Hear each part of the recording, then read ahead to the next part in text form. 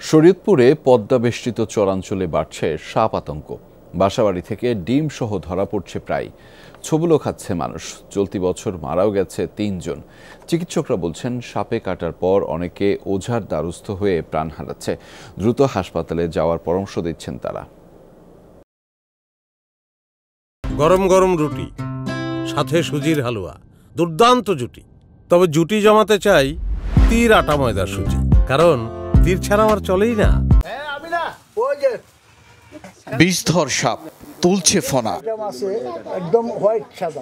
কলাকৌশলে সাপটি বসে আনার চেষ্টা সাপুরের।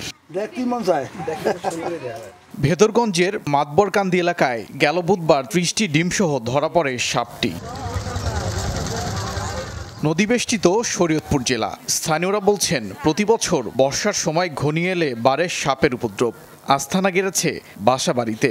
ডিমসহ ধরা পড়ছে প্রায়। বেশি ভীতিকর পরিস্থিতি ভেদরগঞ্জে।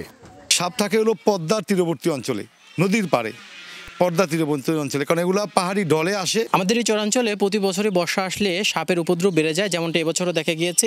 সাপের ছোবল খেয়ে অনেকে দ্বারস্থ হচ্ছেন ওঝার। এরই মধ্যে মারাও গেছে কয়েকজন। হাসপাতালও বাড়ছে সাপে কাটা রোগীর সংখ্যা।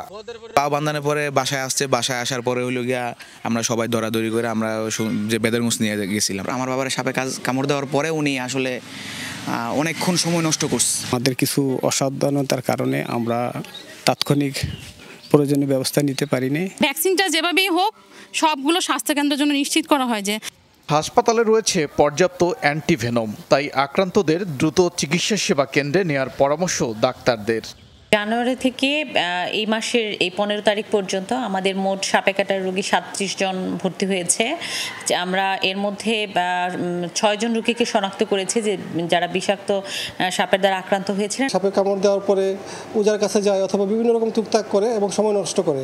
তারা যদি সঠিক সময় হাসপাতালে আসে তাহলে কিন্তু চিকিৎসা করা সম্ভব। হাসপাতালগুলো থেকে পাওয়া তথ্য অনুযায়ী চলতি বছরের 15 মে পর্যন্ত চিকিৎসা নিয়েছেন অন্তত 84 জন সাপে কাটা রোগী। যদিও স্থানীয়দের দাবি এই সংখ্যা আরও বেশি। ওবায়দুর রহমান, যমুনা নিউজ।